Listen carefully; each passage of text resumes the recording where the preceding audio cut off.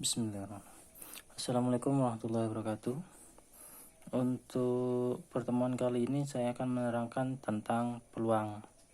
Nah, sebelum belajar tentang peluang, ada beberapa materi prasyarat yang harus kita ketahui terlebih dahulu. Yang pertama adalah ruang sampel.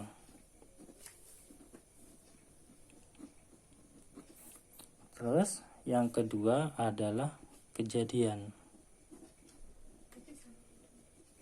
Nah, seperti ini. Yang dimaksud sama ruang sampel adalah himpunan semua hasil yang mungkin dari suatu percobaan. Biasanya dilambangkan dengan huruf S besar atau dibaca dengan semesta. Nah, contoh dari ruang sampel. Misal, saya melempar satu buah uang logam. Uang logam itu sisinya ada dua, yaitu sisi angka dan sisi gambar. Gak ada yang sisi yang lain, sehingga sisi angka dan sisi gambar ini kalau kita tulis, ini kedua-duanya adalah ruang sampel. Jadi ruang sampel dari uang koin, uang logam maksudnya. Jadi ruang sampel dari uang logam adalah angka dan gambar. Nah, dari di sini anggotanya kan ada dua. Yang pertama angka dan yang kedua gambar. Masing-masing anggota ini dinamakan titik sampel. Jadi kalau semua anggota titik sampel bersatu menjadi satu, itu disebut ruang sampel. Kalau sendiri-sendiri dinamakan titik sampel, seperti itu. Terus untuk kejadian adalah suatu peristiwa yang terjadi. Misal, saya melempar uang logam satu kali, ya kan? Berarti itu dinamakan kejadian. Terus muncul A, angka. Berarti itu suatu kejadian atau peristiwa, seperti itu. Ya. Terus kalau sudah paham antara ruang sampel dan kejadian, baru kita lanjutkan ke materi sebenarnya, yaitu tentang peluang. Nah, untuk peluang di sini nilainya itu antara 0 sampai 1. Jadi kalau nanti kalian menghitung nilainya itu lebih dari 1, itu jelas salah. Apalagi kurang dari 0 maksudnya. Itu juga jelas salah. Jadi nilai peluang itu berada di antara 0 sampai dengan 1. Ada sama dengannya. Jadi peluang itu nilainya 0 sampai 1. Seperti itu ya. Terus untuk peluang rumusnya gimana? Peluang, saya tulis peluang A. Misal kejadiannya A. Rumusnya adalah NA dibagi NS. A itu adalah banyaknya anggota kejadian A, NS adalah banyaknya ruang sampel. Seperti itu. Contoh saja biar tidak bingung. Contoh, misal pada pelemparan sebuah dadu,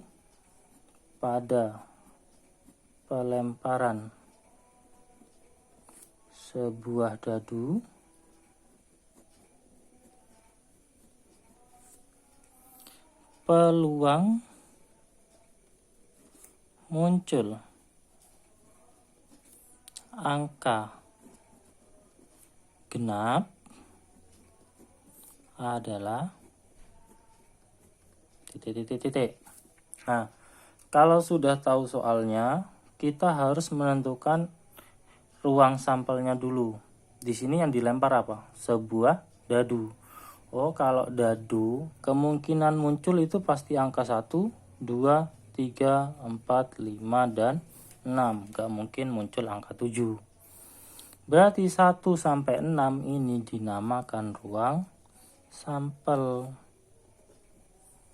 atau disebut S. Seperti ini.